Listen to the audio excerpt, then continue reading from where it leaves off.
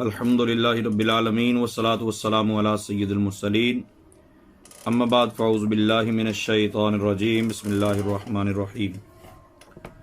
نصاب النحو کا سبق نمبر 52 ہے اور ظروف مبنیہ کا بیان ہے۔ اس سے پہلے ہم نے جو پڑھا تھا وہ کلمات شرط کا بیان تھا، کلمات شرط۔ آج ہم ان اسماء کی بحث پڑھیں گے جو کسی فعل کے واقع ہونے کی جگہ یا زمانے پر دلالت کرتے ہیں، یعنی وقت پر دلالت کریں گے یا زمانے پر دلالت کریں گے، مطلب یا پھر جگہ پر دلالت کریں گے۔ ضرب دو ہی قسم کی ہوتی ہے نا، یہ وقت پر دلالت کرتی ہے یا پھر زمانے مطلب مکان پر دلالت کرتی ہے۔ اچھا، وہ اسماء جو کسی فعل کے واقع ہونے کی جگہ یا وقت پر دلالت کریں ان کو اسماء ظروف کہتے ہیں، اسماء ظروف کہتے ہیں، جیسے یوم، قبل، بعد۔ ظروف معرب بھی ہوتے ہیں اور ظروف مبنی بھی ہوتے ہیں۔ بعض ظروف ایسے ہوتے ہیں جن کا اعراب کسی صورت میں تبدیل نہیں ہوتا، مطلب مبنی ہوتے ہیں، اور کچھ ظروف ایسے ہوتے ہیں اسماء ظروف جن کا اعراب بدلتا رہتا ہے۔ تو جن ظروف کا آخر عامل کی تبدیل ہونے کی وجہ سے تبدیل ہو جائے انہیں معرب کہتے ہیں، اور جن کا آخر تبدیل نہ ہو انہیں مبنی کہتے ہیں۔ یہ مبنی اور معرب کی تعریف آپ پہلے پڑھ چکے ہیں۔ معرب کی مثال جیسے جاء یوم الجمعہ، وہ آیا جمعہ کے دن، یعنی وہ جمعہ کے دن آیا، تو مطلب اب یوم یہ وقت پر دلالت کر رہا ہے اور یہ مبنی بھی نہیں ہے۔ یومی بھی پڑھا جاتا ہے، یومو بھی پڑھا جاتا ہے، یومو بھی پڑھا جاتا ہے۔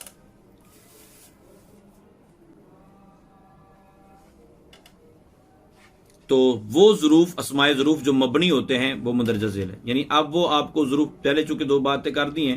ایک بات یہ ہے کہ ظروف جو ہوتے ہیں وہ بعض ایسے ہوتے ہیں جو مبنی ہوتے ہیں اور بعض ایسے ہوتے ہیں جو معرب ہوتے ہیں۔ اب جو مبنی ہوتے ہیں وہ آپ کو سب سے پہلے بتائیں گے۔ وہ ظروف جو مبنی ہوتے ہیں مندرجہ ذیل ہیں، یعنی نیچے جو لکھے ہوئے ہیں۔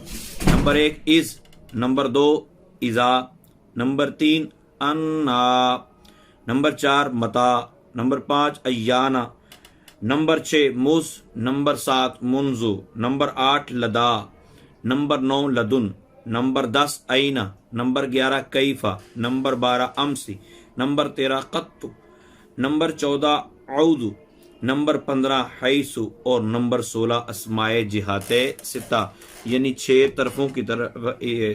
طرفوں کے لیے استعمال ہونے والے نام۔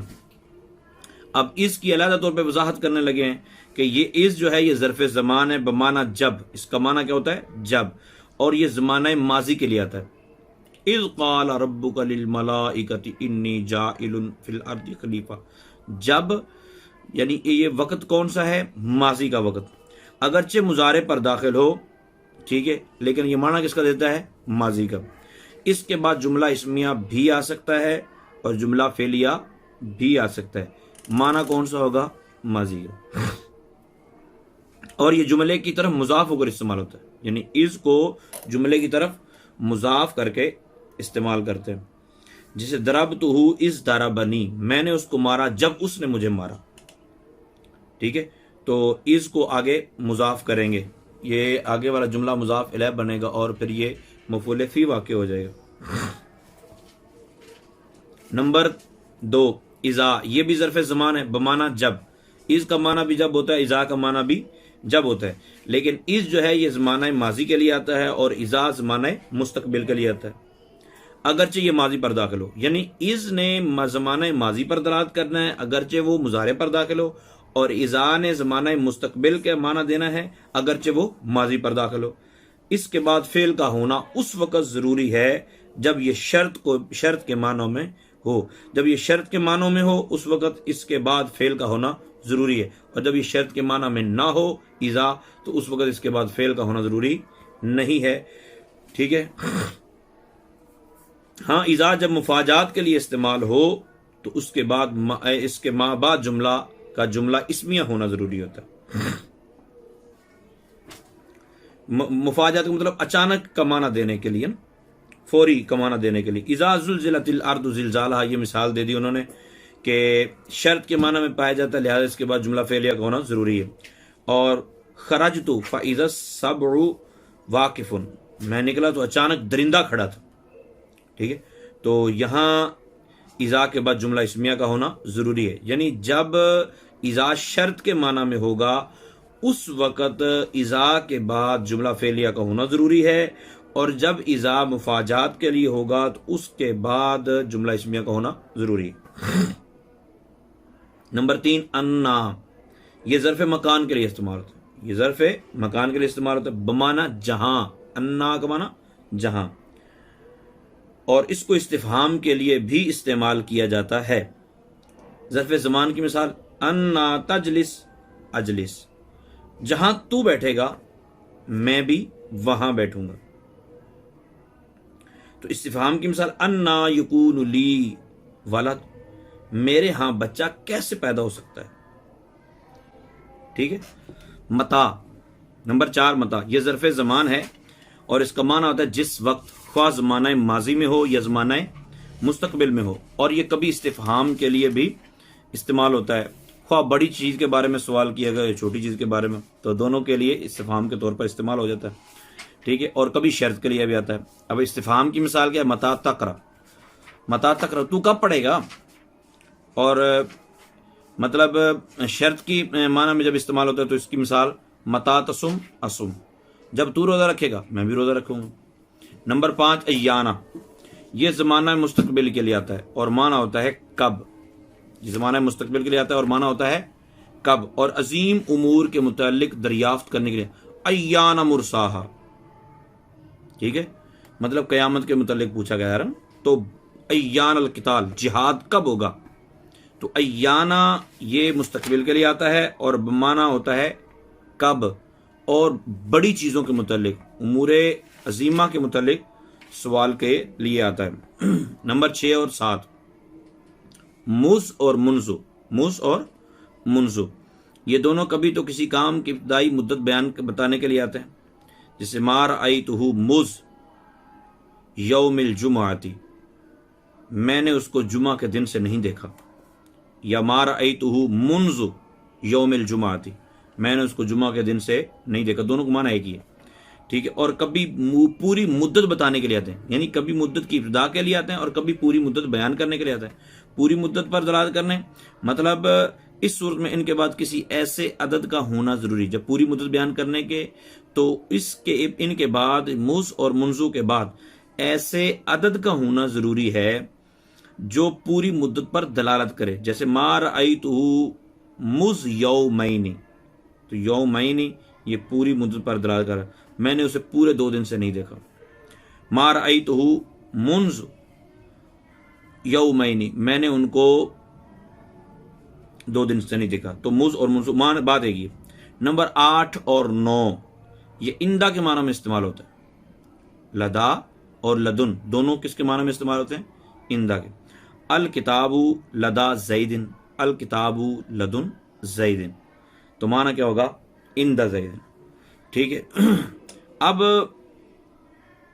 اندا اور لدا اور لدن میں پھر فرق کیا ہے جب دونوں ایک ہی چیز ہیں؟ تو ان میں فرق یہ ہے کہ لدا اور لدن کا استعمال اس وقت ہوتا ہے، لدا اور لدن کا استعمال اس وقت ہوتا ہے جب شے پاس موجود ہو، جب شے پاس موجود ہو. اور اندا کا استعمال دونوں صورتوں میں ہوتا ہے، خواہ چیز پاس ہو یا نہ ہو. مطلب دور کوئی بندہ بیٹھا تو اس کی طرف اشارہ کرنا کہ فلاں چیز اس کے پاس. ٹھیک ہے، اس وقت اندا بولا جا سکتا ہے. ٹھیک ہے. لدا اور لدن صرف اس وقت بولیں گے جب کوئی چیز پاس موجود. نمبر 10 اینا، یہ سوال اور شرط کے لیے استعمال کیا. اینا سوال اور شرط کے لیے استعمال کیا. اینا زید، زید کہاں ہے. اور شرط کے طور پر اینا تجلس اجلس، جہاں آپ بیٹھیں گے وہاں میں بھی بیٹھوں گا. نمبر 11 کیفا، یہ حالت دریافت کرنے کے لیے آتا ہے. کیفا کس کے لیے آتا ہے؟ حالت دریافت کریں، جیسے کیفا انتا، آپ کیسے ہیں. اور نمبر 12 امسی، امسی اگر بغیر الف لام ہو تو، امسی اگر بغیر الف لام ہو تو اس سے مراد گزرا ہوا کل ہوتا ہے، یعنی جو گزرا ہوا کل، یسٹرڈے. ٹھیک ہے. اور اگر الف لام کے ساتھ ہو تو اس صورت میں گزرے ہوئے دنوں میں سے کوئی سا بھی مراد لے سکتے ہیں. الامس کا مطلب یہ ہوتا ہے کل، پرسوں، فلاں فلاں فلاں فلاں، ٹھیک ہے. اور اگر الا امس ہو، الف لام کے بغیر ہو، تو پھر مراد جو خاص جو گزرا ہوا کل ہے وہ مراد ہو، ٹھیک ہے. اور جب الف لام لگا ہوگا اس وقت یہ مورب ہوگا. یہ کیا ہوگا؟ مورب ہوگا. یہ مورب کا مطلب تو سمجھتے ہیں نا آپ. اور جب یہ بغیر الف لام کے ہو تو اس وقت یہ لفظاً مبنی بر کسر ہوگا. الف لام کے بغیر ہوگا تو لفظی طور پر مبنی بر کسر ہوگا، یعنی امسی پڑھا جائے گا. اور مفعول فی چونکہ ہوگا، یہ ظرف پر ظرف کے لیے آتا ہے، تو ظرف جو ہوتا ہے وہ مفعول فی ہوتا ہے، تو مفعول فی ہونے کے وجہ سے محلن جو ہے وہ منصوب ہوگا. یعنی اس کی ظاہری شکل تو مبنی بر کسر، یعنی اس کے نیچے کسرہ نظر آ رہا ہوگا، لیکن حقیقت میں یہ منصوب ہوگا مفعول فی ہونے کی وجہ سے. جئت امس، میں گزرے ہوئے کل آیا. اب یہ دیکھیں نا، مفعول فی کی جگہ پہ تو جئت امسا نہیں ہو سکتا کیونکہ یہ الف لام کے بغیر، لیکن یہی جب الف لام کے ساتھ آیا تو جئت الامسا ہو جائے گا. نمبر 13 قطو، یہ گزرے ہوئے سارے زمانے میں کسی کام کی نفی پر دلالت کرنے کے لیے استعمال ہوتا ہے. گزرے ہوئے فقط اتنا سبب ہے انعقاد بزم محشر کا کہ ان کی شان محبوبی دکھائی جانے والی. ٹھیک ہے، تو گویا قیامت والا دن جو قائم ہوگا اور پھر سارا وقت گزر جائے گا، وہ کس مقصد کے لیے ہوگا؟ صرف محبوب کی شان دکھانے کے لیے. خیر، بات ہم کر رہے تھے یہ گزرے ہوئے سارے زمانے میں کسی کام کی نفی پر دلالت کرنے کے لیے استعمال ہو. جیسے ما ضربتہ قط، میں نے اس کو کبھی بھی نہیں مارا، گزرے ہوئے زمانے میں کبھی میں نے مارا ہی نہیں. اعودو، یہ آنے والے سارے زمانے میں کسی کام کی نفی پر دلالت کرنے کے لیے استعمال ہو. لا اضربہ اعودو، میں اس کو کبھی نہیں ماروں، میں اس کو کبھی نہیں ماروں. نمبر 15 حیثو، یہ اکثر ظرف مکان کے لیے استعمال ہوتا ہے. لیس من عبد یصلی علی الا بلغنی صوتہ حیث کان، رسول پاک صلی اللہ علیہ وسلم نے فرمایا میرا کوئی بھی غلام مجھ پر جب درود پڑتا ہے اس کی آواز مجھ تک پہنچ جاتی ہے، وہ جہاں کہیں بھی ہو. تو یہ ظرف مکان کے لیے استعمال ہوتا ہے اکثر. اور جملہ کی طرف مضاف ہوتا ہے، خواہ وہ جملہ اسمیہ ہو یا جملہ فعلیہ. جیسے اقرا حیث زید یقرا، تو اس جگہ سے پڑھ جہاں سے زید پڑھ رہا ہے. ٹھیک ہے. نمبر 16 پہ آ گئے اسماء جہات ستہ، وہ اسماء جو سمتوں پر دلالت کرتے ہیں انہی اسماء جہات. جہت کی جمع جہات، ستہ مانا 6، اور یہ 6 ہیں. جیسے قبل پہلے، بعد تحت نیچے، فوق اوپر، قدام آگے، خلف پیچھے. ٹھیک ہے. پھر آگے بیان کرتے ہیں اگر یہ اسماء مضاف ہوں، اگر یہ اسماء مضاف ہو کر استعمال ہوں، ٹھیک ہے، اور ان کا مضاف ہے لفظاً محذوف، لفظوں میں موجود نہ ہو، اور مانن ذہن میں موجود ہو، یعنی اسماء جہات ستہ کی بات ہو رہی ہے کہ یہ اسماء مضاف ہوں اور ان کا مضاف ہے لفظوں میں موجود نہ ہو، لفظوں میں محذوف ہو، اور معنی ذہن میں موجود ہو، تو اس صورت میں یہ مبنی بر ضمہ ہوتے ہیں. جیسے اما بعد، سب خطبہ پڑھتے پڑھتے کہتے ہیں اما بعد، تو مطلب یہ ہوتا ہے کہ پیچھے جو گزر چکا اس کے بعد، یعنی بعد الحمد والصلاۃ. تو محذوف مضاف الیہ جو اس کا ہے وہ محذوف ہے لیکن ذہن میں موجود ہے، اس لیے یہ مبنی بر ضم ہوں گے. زید فوق، زید اوپر ہے. اگر یہ اسماء اضافت کے بغیر استعمال ہوں، نمبر 1 اضافت کے بغیر استعمال ہوں تو مورب ہوں گے. جیسے جئتو کا قبلاً، جئتو کا قبلاً، ٹھیک ہے، اضافت کے بغیر استعمال ہو. اگر یہ مضاف ہو اور مضاف الیہ مذکور ہو جب بھی یہ مورب ہوں گے. ٹھیک ہے، جیسے جاء زید قبل خالد. اس طرح کی اور باتیں بھی انشاءاللہ جب بڑی کتابیں آپ پڑھیں گے تو اس میں آ جائیں گی. ابھی آپ نے صرف یہ ذہن میں رکھنا ہے کہ اسماء ظروف جو ہیں ان میں سے جو